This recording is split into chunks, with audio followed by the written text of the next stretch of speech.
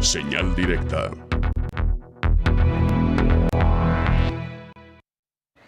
¿Reforma constitucional o una nueva constitución? ¿Qué es mejor? ¿Qué es lo que convendría más a partir de este proyecto de refundación que ha planteado el gobernador Enrique Alfaro? Agradecemos el que nos acompaña el maestro Antonio Rocha con su comentario de hoy y con este interesante tema. Bienvenido. Muchas gracias. Hay una frase que todos conocemos, que es muy común. Un pueblo que olvida su historia está condenado a repetirla. Esta frase se acostumbra a mencionar cuando en algún país, en alguna nación, se cometen los mismos errores del pasado en decisiones políticas que se toman en el presente. A 102 años de que fue promulgada la Constitución Política de los Estados Unidos Mexicanos, es conveniente preguntarnos si es necesario hacer una nueva Constitución o cumplir la que tenemos y perfeccionarla. Esas preguntas nos haremos el día de hoy y para ello pues vale la pena analizar en qué medida se han cumplido las disposiciones constitucionales, porque debemos saber que hay una Constitución General de la República y hay constituciones políticas en cada estado. Nuestro sistema de gobierno es federal, integrado por entidades federativas y por ello cada estado tiene su propia constitución. Nuestra actual Constitución Política de los Estados Unidos Mexicanos se promulgó el 5 de febrero de 1917. Esta Constitución fue el resultado de una lucha política, social y armada que se inició más formalmente en el último periodo de gobierno de Porfirio Díaz, quien se había perpetuado en el poder durante casi 31 años. Como un dictador o bajo un criterio monárquico, Porfirio Díaz pensaba que, reeligiéndose, estaba sirviendo adecuadamente a su país, al dotarlo de una paz y una estabilidad imprescindibles para el progreso económico, social y cultural. Por ello, reformó la Constitución en 2 ocasiones. Primero, para que se le permitiera reelegirse por una sola ocasión y después para que se le permitiera reelegirse cuantas veces él quisiera. Ciertamente, a sangre y fuego logró la pacificación del país y en algunas áreas despegó, sobre todo en los temas artísticos. Sin embargo, hacia el final de su mandato, su política abrió una enorme brecha entre ricos y pobres, entre personas de las zonas rurales y de las zonas urbanas. Durante su mandato, su política fue caracterizada por múltiples violaciones de los derechos de los campesinos. Se crearon y permitió la proliferación de grandes latifundios, haciendas. Estas haciendas quedaron en manos de ricos hacendados y terratenientes y se propició la entrega de grandes extensiones de terrenos a compañías deslindadoras extranjeras. Se cometieron múltiples violaciones a los derechos laborales que derivaron, entre otras cosas, en las huelgas de una empresa minera en Cananea, Sonora, y una huelga de una empresa textil en Río Blanco, Veracruz, que culminó con la masacre de muchos trabajadores. En 1910, tras su decisión de mantenerse en el poder, crecieron las inconformidades y por ello se dio inicio al movimiento que conocemos como la Revolución Mexicana. Este movimiento posteriormente culminó con la redacción de una nueva Constitución Política en el año de 1917. Muchos políticos actuales no conocen o se olvidan intencionalmente de los postulados que enarbolaron Francisco Madero, Emiliano Zapata, Francisco Villa, los hermanos Flores Magón, quienes iniciaron, entre otras personas, este movimiento revolucionario, político y social. Y por ello, estos comentarios inician con la frase de: un pueblo que olvida su historia está condenado a repetirla. Tenemos que tener conciencia, tenemos que tener presentes los errores que se cometieron en el pasado y tomarlos en consideración en caso de que queramos hacer una nueva constitución o reformar o perfeccionar la que ya tenemos actualmente. Los postulados revolucionarios, entre otros, fueron justicia agraria, con el lema de tierra y libertad que enarboló Emiliano Zapata. Salarios justos, horario laboral máximo, derechos laborales, libertad sindical, derecho de huelga, etc. Justicia social, libertad de prensa, libertad de asociación política, democracia.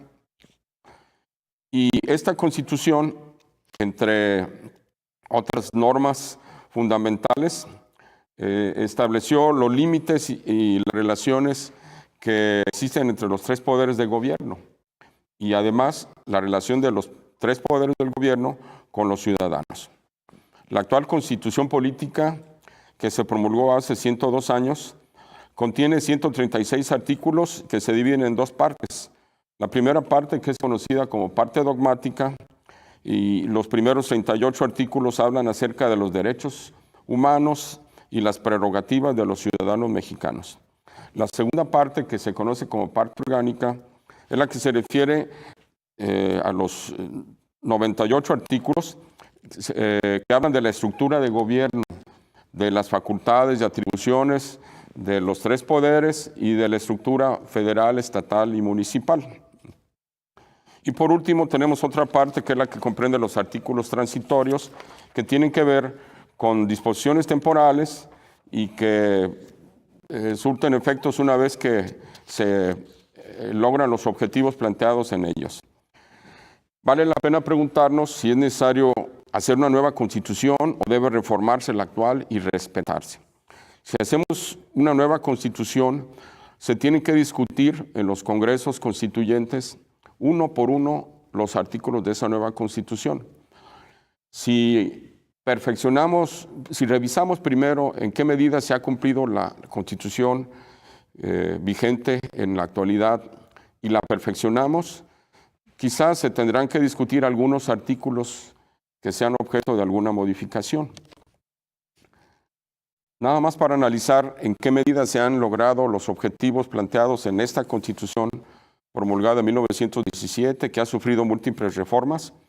En el artículo primero se habla de los derechos humanos que se reconocen a todas las personas por el simple hecho de ingresar al país. Y se habla también de que las autoridades tienen la obligación de promover, respetar, proteger y garantizar los derechos humanos.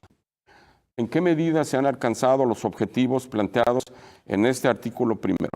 ¿Se respetan los derechos humanos en nuestro país? ¿Se respetan los derechos fundamentales y las prerrogativas de los mexicanos? Esa es una pregunta que tenemos que hacernos. También el artículo segundo nos habla de los derechos de los pueblos indígenas. Tienen todas las oportunidades de vincularse al desarrollo los pueblos indígenas, reciben los apoyos presupuestales. En la zona sur de nuestro país reciben los mismos apoyos, el mismo criterio de desarrollo, el fomento a sus comunidades, los pueblos indígenas. Es pregunta. El artículo cuarto también nos habla del derecho a un medio ambiente sano. ¿En qué medida México y los mexicanos y los gobernantes hemos cumplido el derecho a un medio ambiente sano? Tenemos un mal ejemplo en Jalisco, que es el río Santiago. Y también en el artículo cuarto se habla del derecho a una vivienda digna. Las viviendas, afortunadamente en fechas recientes se han implementado algunas medidas a favor de el derecho a una vivienda digna para las familias mexicanas, pero hay que analizar en qué medida se han alcanzado los objetivos de este artículo cuarto constitucional. El artículo 26 nos habla del derecho que tenemos los mexicanos de participar en la planeación del desarrollo nacional. ¿En qué medida se toman en cuenta nuestras propuestas? ¿En qué medida se aplican? ¿En qué medida nos preguntan qué tipo de obras queremos? Y se respeta nuestra decisión. También se habla de la participación ciudadana en las consultas populares para elaborar todos los sistemas de desarrollo, todos los sistemas de planeación federal, estatal y municipal. ¿En qué medida se respeta la participación ciudadana? Hay otros artículos como el artículo 113 constitucional que nos habla del Sistema Nacional Anticorrupción. ¿En qué medida se ha logrado abatir la corrupción en nuestro país en todos los niveles? Eso también vale la pena preguntarnos. Este artículo 113 tiene muy pocos meses de que fue aprobado, que fue modificado. Sin embargo, si se piensa en una nueva constitución, vamos a tener que volver a discutir uno por uno los artículos. Hay leyes secundarias del Sistema Nacional Anticorrupción que no se han puesto, no se han aprobado, no se han aplicado. Es importante entonces ver en qué medida las instrucciones que se derivan de estos artículos se aplican y tienen vigencia. En relación al artículo 115 de la Constitución, de las facultades de los municipios, no se trata nada más de darles facultades, hay que darles apoyos económicos, políticos, para que cumplan con su función de los municipios. La mayoría de los municipios de nuestro país son pobres, tienen deudas muy altas, tienen una estructura mínima de desarrollo y creo que en ese sentido no se han alcanzado los objetivos del artículo 115 constitucional. El artículo 123, relacionado con el derecho de las personas a un trabajo digno, socialmente útil, con los requisitos, con los derechos fundamentales por los que tanto lucharon quienes participaron en la revolución. Hay que preguntarnos en qué medida se han alcanzado los objetivos que se persiguieron desde el inicio del movimiento armado de 1910 hasta que fueron redactados esos derechos en nuestra Constitución en el año 1917. Y también vale la pena preguntarnos, en esta Constitución de 1917 se hablaba y se habla de un sistema federal integrado por entidades federativas. ¿En qué medida se respeta ese federalismo? ¿En qué medida se respeta la autonomía de los estados? ¿O si estamos encaminándonos hacia un centralismo, si estamos encaminándonos hacia sistemas en donde las decisiones que atañen a los estados se toman en el centro? Vale la pena preguntarnos eso y la pregunta vuelve a surgir si es conveniente crear una nueva constitución o respetar y perfeccionar la que ya tenemos para no volver a discutir uno por uno los artículos. Hay principios dogmáticos de nuestra Constitución que yo creo que se deben respetar, el tema de los derechos fundamentales, el tema del federalismo, el tema de la democracia, el tema de la no reelección. Esos no deben permanecer, no se deben cambiar, desde mi punto de vista. Con lo que nos viene usted planteando, me parece que todos nos quedamos con una reflexión. Primero hay que cumplir la que existe y ya después pensaremos en algún futuro, una vez que cabalmente la estemos cumpliendo, si se requiere hacer alguna adecuación, maestro. Sí, de hecho la Constitución prevé que se pueden modificar los artículos de la Constitución. Hay un constituyente permanente. Exacto. Que se puede perfeccionar, pero esa es la pregunta que tenemos que hacernos mexicanos, ciudadanos y gobernantes. Y es con la que nos quedamos en esta ocasión. Agradecidos como siempre.